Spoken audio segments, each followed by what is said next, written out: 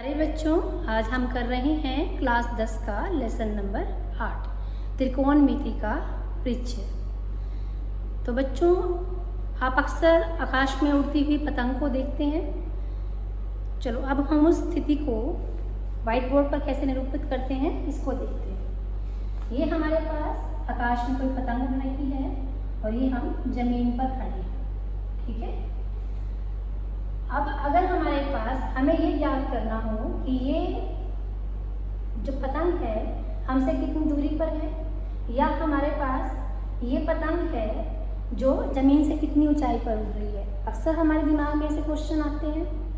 तो हम क्या करते हैं, पहले ये जानने की कोशिश करते हैं क्या इस स्थिति में हम एक समकोण त्रिभुज की रचना कर सकते हैं। तो इसके लिए हमने क्या करा, यहाँ से जहाँ से पतंग उड़ रही है एक भुजा लंब के रूप में डाली जमीन के साथ, यानी कि ये क्या बना रही है, एक 90 डिग्री का कोण बना रही है। और ये हमारी दृष्टि पतंग के साथ एक न्यून कोण बना रही है, किसके साथ, जमीन के साथ। इसी प्रकार से बच्चों, अगर हम घर की छत पे बैठे हैं, ये क्या है हमारे पास, जमीन, इस पर हमारा घर खड़ा है और हम कहाँ बैठे हैं, घर की छत पर बैठे हैं। घर की छत पर बैठे हुए हम सड़क पर चलती हुई या सड़क पर खड़ी किसी कार को देखते हैं, तो हमारी दृष्टि ने जो कार के साथ एक भुजा बनाई और उस भुजा ने जमीन के साथ जो न्यून कोण बनाया, तो ये वाली स्थिति भी क्या करती है, एक समकोण त्रिभुज का निर्माण करती है। तो बच्चों, मेन हमारी क्या जिज्ञासा थी कि क्या हम ये दूरियां ज्ञात कर सकते हैं या ये ऊंचाइयां ज्ञात कर सकते हैं। क्या हम ये ज्ञात कर सकते हैं कि ये पतंग हमसे कितनी दूरी पर है, या ज़मीन से कितनी ऊंचाई पर है, या कार कितनी दूरी पर है, या हमारे घर से कितनी डिस्टेंस पर है। तो अभी इन सभी दूरियों और ऊंचाइयों को ज्ञात करने के लिए हम गणित की एक शाखा का अध्ययन करेंगे जिसका नाम है त्रिकोणमिति। तो त्रिकोणमिति में हम क्या करते हैं, मेनली त्रिभुज की भुजाओं और उसके न्यून कोण के संबंध में पढ़ते हैं, उनके बारे में अध्ययन करते हैं। जैसे कि मैंने यहाँ लिखा भी हुआ है त्रिकोणमिति। त्रिकोणमिति में हम एक त्रिभुज की भुजाओं और कोणों के बीच के संबंधों का अध्ययन करते हैं।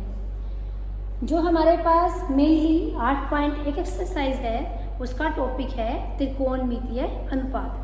तो त्रिकोणमितीय अनुपात हमारे पास क्या होते हैं, एक समकोण त्रिभुज के एक कोण के त्रिकोणमितीय अनुपात। यानी कि हमारे पास जैसे समकोण त्रिभुज बनी, बच्चों आप देख रहे हो, इसमें 3 कोण हैं, एक कोण हमारे पास 90 डिग्री का, तो बाकी दोनों कोण हमारे पास क्या है, न्यून कोण है। तो हम एक एक करके, यानी कि एक न्यून कोण लेकर हम किसी समकोण त्रिभुज में त्रिभुज के कोण और उसकी भुजाओं की लंबाई के बीच के संबंध को व्यक्त करते हैं।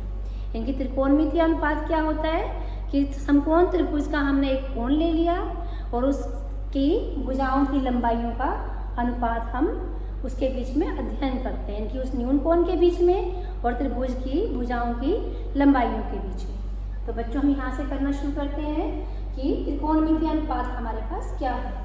सबसे पहले हमने एक समकोण त्रिभुज ले ली, ये हमने समकोण त्रिभुज ली ABC, कौन सी ले ली हमने, ये ABC। जैसे बच्चों आप देख रहे हो, ये समकोण त्रिभुज कैसी है, B पर समकोण का यानी 90 डिग्री का कोण बना रही है। तो ये दोनों कोण A और कोण C कैसे हैं, न्यून कोण। तो पहले हम कोण A के त्रिकोणमितीय अनुपात निकालते हैं और बाद में हम कोण C के त्रिकोणमितीय अनुपातों के बारे में पढ़ेंगे। तो सबसे पहले हमारे पास कोण A का साइन, कोण A का साइन, इसको हम लिख सकते हैं साइन A। क्या लिख सकते हैं इसको, साइन A। ये हमारे पास होता है समभुजा बटे कर्ण। अब बच्चों, मन में प्रश्न उठता है कि सम्मुख भुजा क्या है। अब हम देखते हैं, यहाँ पर हमारे पास इस समकोण त्रिभुज में 3 भुजाएं दी हुई हैं। क्या दी हुई है, 3 भुजाएं दी हुई हैं। जैसा कि आप सभी जानते हो कि जो कर्ण है वो समकोण त्रिभुज की सबसे बड़ी भुजा होती है, ये हमारे पास कर्ण हो गया। बाकी दोनों भुजाएं बची हैं हमारे पास। तो अभी हम न्यून कोण ए लेकर चल रहे हैं। तो कोण ए के सामने वाली भुजा, इसको हम क्या कहेंगे? सम्मुख भुजा। क्या कहेंगे इसको? सम्मुख भुजा। इसको हम लंब भी कह सकते हैं, सम्मुख भुजा या लंब। इसी प्रकार से कोण ए के साथ वाली भुजा, या हम ये भी कह सकते हैं जिस भुजा के ऊपर हमने न्यून कोण भी लिया हुआ है और 90 डिग्री का कोण भी बन रहा है, वो हमारे पास क्या होती है? स्लगन भुजा। क्या होती है हमारे पास? स्लगन भुजा, या हम इसको आधार भी कह सकते हैं। ठीक है बच्चों, तो हमारे पास कोण ए का साइन, हम त्रिकोणमितीय अनुपातों के बारे में पढ़ रहे हैं। तो हमारे पास 6 त्रिकोणमितीय अनुपात हैं। पहला त्रिकोणमितीय अनुपात कोण ए का साइन, SIN साइन। तो इसके लिए हम पढ़ रहे हैं साइन ए, इसको लिखते हैं साइन ए। ये किसके बराबर होगा? सम्मुख भुजा बटे कर्ण, या इसको हम लंब बटे कर्ण भी कह सकते हैं। तो लंब हमारे पास कितना है? BC, और कर्ण हमारे पास कितना है? AC। इसके बाद दूसरा त्रिकोणमितीय अनुपात है हमारे पास कोण ए का कोसाइन, इसको हम लिखते हैं कोस ए। ये हमारे पास होता है स्लगन भुजा बटे कर्ण, या स्लगन भुजा को हमने और क्या कहा है? आधार बटे कर्ण। आधार मतलब AB और कर्ण मतलब AC। अब हमारे पास तीसरा त्रिकोणमितीय अनुपात है कोण ए का टेंजेंट, इसको हम लिखते हैं tan A। ये हमारे पास होता है सम्मुख भुजा बटे स्लगन भुजा।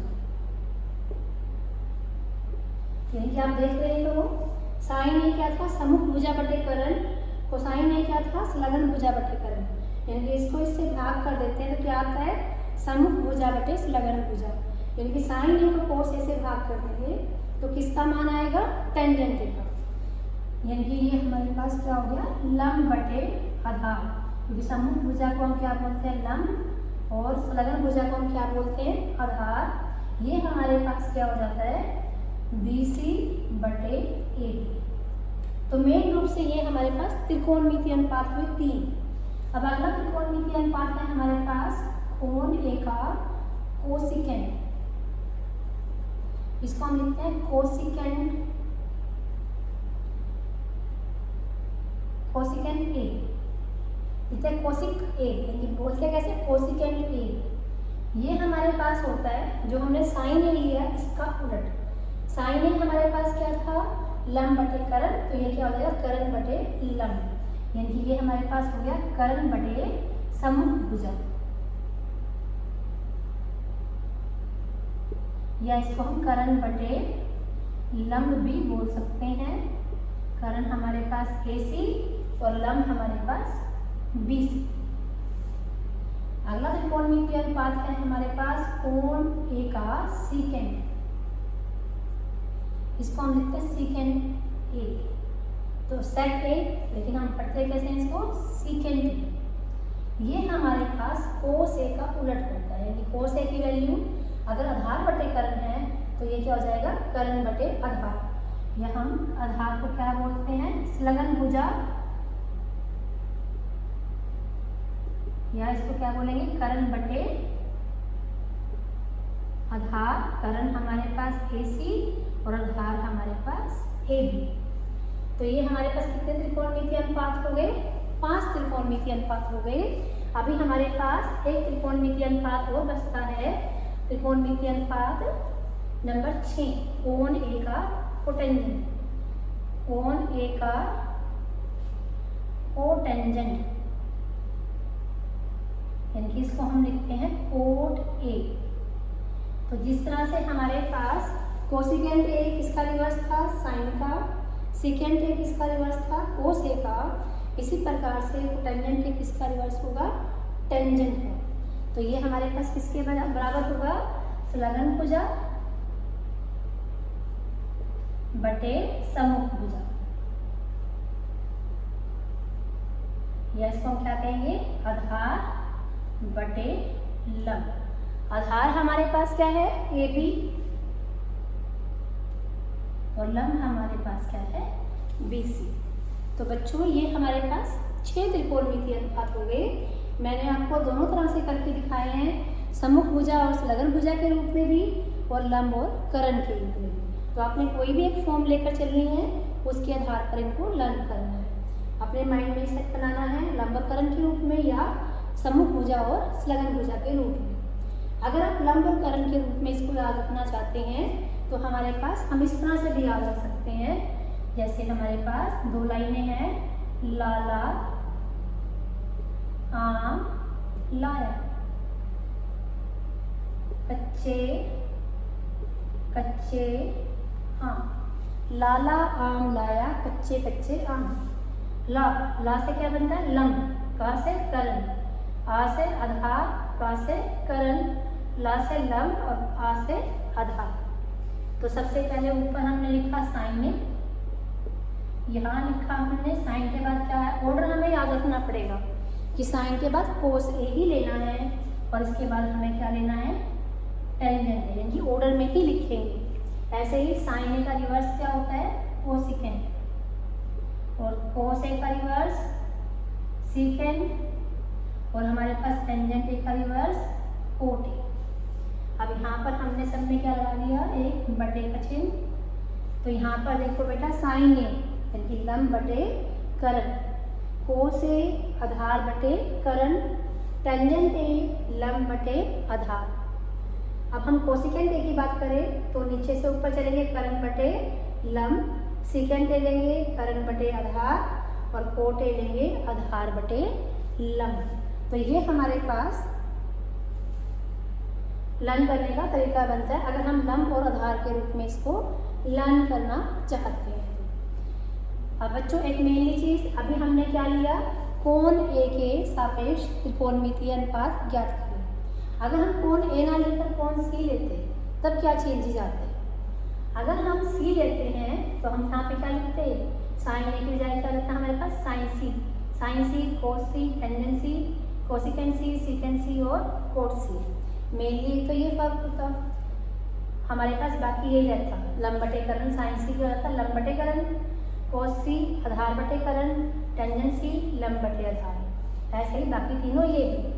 तो अब फर्क क्या रहा, जैसे ही हम क्या करते हैं यहाँ पर हम ले लेते हैं, ये हमने समकोण त्रिभुज ले ली दोबारा से पहले वाली ही, ये हमारे पास समकोण त्रिभुज हो गई ए बी सी, बी पर हमारे पास क्या है, ये समकोण, सेम ये वाली त्रिभुज ले ली। लेकिन अब हम क्या ले रहे हैं, सी को न्यून कोण ले रहे हैं, सी को न्यून कोण ले रहे हैं, क्योंकि हमें सी कोण सी दिया हुआ है। तो हमें लंब कर्ण और आधार को दोबारा से निर्धारित करना होगा, निश्चित करना होगा। नियम क्या है, कोण सी के सामने वाली भुजा यानी कि या वही हमारे पास सबसे पहले कर्ण डिसाइड किया, सबसे लंबी भुजा हमारे पास कर्ण ही, कोण सी के सामने वाली भुजा हमारे पास लंब या इसको हम क्या कहेंगे सम्मुख भुजा, और कोण सी के साथ वाली भुजा ये हमारे पास क्या है, आधार। यानी कि जैसे ही हमने कोण चेंज किया तो लंब और आधार चेंज हो गए। तो मेनली ये चेंज होता है हमारे पास न्यून कोण चेंज करने में। तो बच्चों इस चीज़ का ध्यान रखना है। अब हम प्रैक्टिस के लिए एक्सरसाइज का क्वेश्चन नंबर 5 करते हैं। ये क्वेश्चन करने पर लगभग आपके सारे क्वेश्चन कवर हो जाएंगे। क्वेश्चन नंबर 5 में हमें कहा गया है, यदि सीकेंट थीटा 13/12 है तो अन्य सभी त्रिकोणमितीय अनुपात परिकलित कीजिए। तो अब हम ये वाला क्वेश्चन करने जा रहे हैं। तो त्रिकोणमितीय अनुपात ज्ञात करने के लिए हमने सबसे पहले क्या करनी है, समकोण त्रिभुज की रचना। ये हमारे पास समकोण त्रिभुज है ए बी सी, जो बी पर समकोण है। लेकिन बच्चों इसमें हमें क्या दिया हुआ है, जो न्यून कोण दिया हुआ है वो थीटा है, ए या सी नहीं है। यानी कि जो हमारे पास न्यून कोण की वैल्यू क्या है, थीटा। या तो कोण ए को थीटा मान लो या कोण सी को। हम यहाँ कोण ए को क्या लेते हैं, थीटा ले लेते हैं। तो क्वेश्चन करने के लिए सबसे पहले हमें भुजाओं के नाम रखने हैं।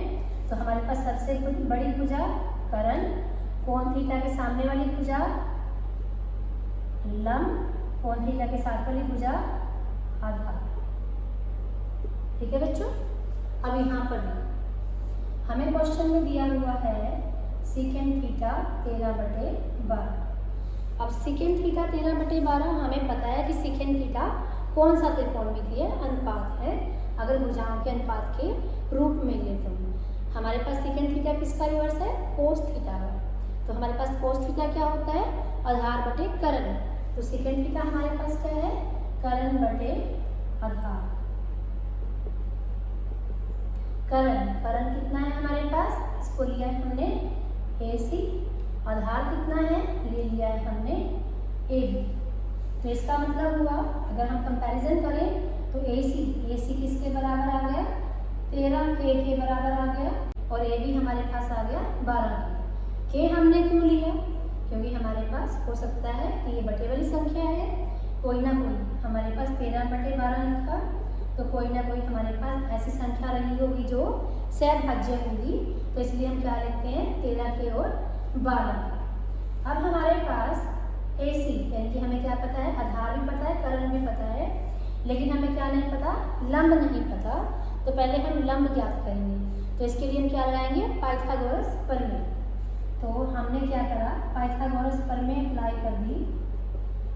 पाइथागोरस प्रमेय से पाइथागोरस प्रमेय क्या कहती है कि करण का वर्ग बराबर में आधार का वर्ग प्लस में लंब का वर्ग। करण हमें कितना दिया हुआ है, AC का वर्ग, आधार हमारे पास AB का वर्ग, लंब हमारे पास BC का वर्ग।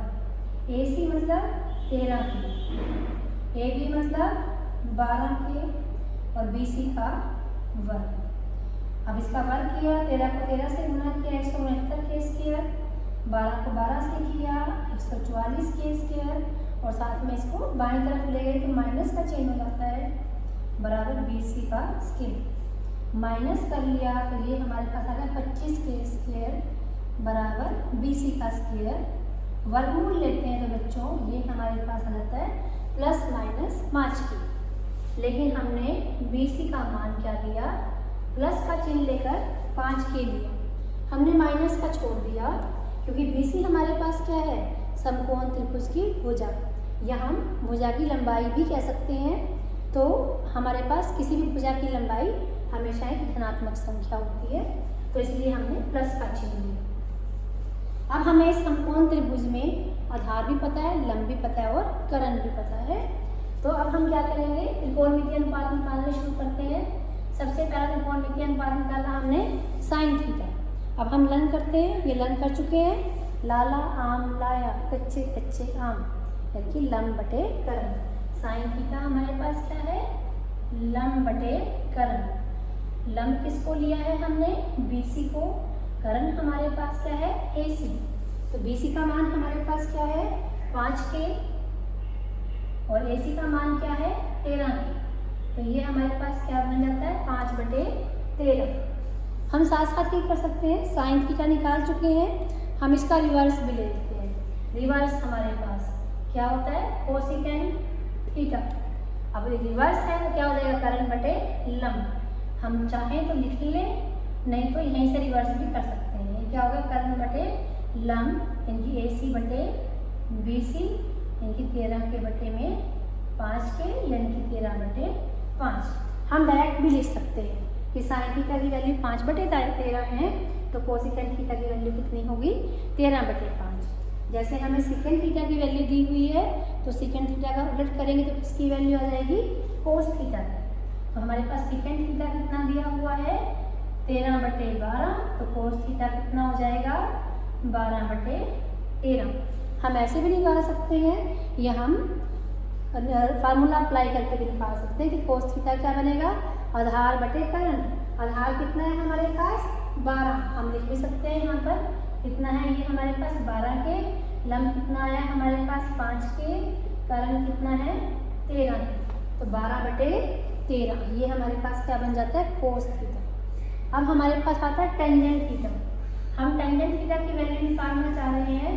हमारे पास दो तरीके हैं निकालने के, ये तो फार्मूला बेस्ड, यानी कि हमारे पास टेंजेंट थीटा क्या होता है, लंब बटे आधार। लंब कितना है हमारे पास 5 के, आधार कितना है 12 के, 5/12। या अगर हम टेंजेंट थीटा की वैल्यू निकालना चाहते हैं तो टेंजेंट थीटा हमारे पास क्या होता है साइन थीटा बटे में कोस थीटा, यानी साइन थीटा की वैल्यू को कोस थीटा की वैल्यू से डिवाइड कर दो, यानी कि हमारे पास 5/13 को डिवाइड कर दिया हमने। कोस थीटा कितना है हमारे पास 12/13, तो हमारे पास 13 से 13 कैंसिल, तब भी कितना आ गया 5/12। यानी कि इस तरह से भी हम टेंजेंट थीटा की वैल्यू निकाल सकते हैं और यहाँ से भी निकाल सकते हैं। और हमें पता है कोटेंजेंट थीटा ये हमारे पास क्या रहेगा इसका उलट, यानी कि अगर ये 5/12 है तो इसकी वैल्यू कितनी हो गई 12/5। ठीक है बच्चों, समझ में आ रहा है? तो इंटरेस्टिंग लेसन है, अच्छे से लर्न करो, समझ कर लर्न करो। आपको ये लेसन करते हुए अच्छा लगेगा, इंटरेस्ट बनेगा। Thank you very much.